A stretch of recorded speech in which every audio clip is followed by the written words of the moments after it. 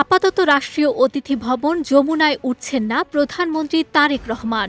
গুলশান এভিনিউয়ের ১৯৬ নম্বর বাড়িতেই থাকার সিদ্ধান্ত নিয়েছেন প্রধানমন্ত্রী তারেক রহমান।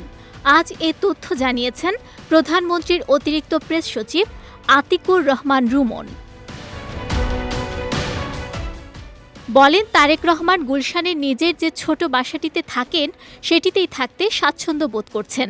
সেজন্য তারেক রহমান দেশে ফেরার পর এই বাসায় উঠেছেন। সেইভাবে বাসাটি সাজানো গোছানো হয়েছে।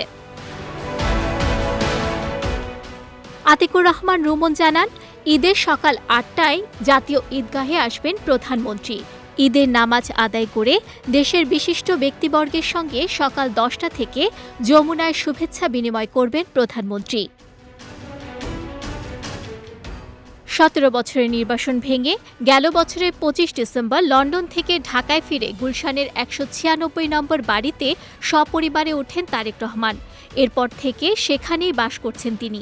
পাশেই ফিরোজা নামের বাড়িটিতে থাকতেন তার মা বিএনপি চেয়ারপারসন খালেদা জিয়া।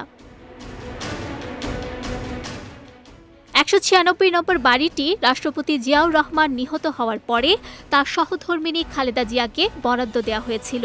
এ সিদ্ধান্ত নিয়েছিল তৎকালীন রাষ্ট্রপতি বিচারপতি আব্দুস সাত্তারের মন্ত্রিসভা।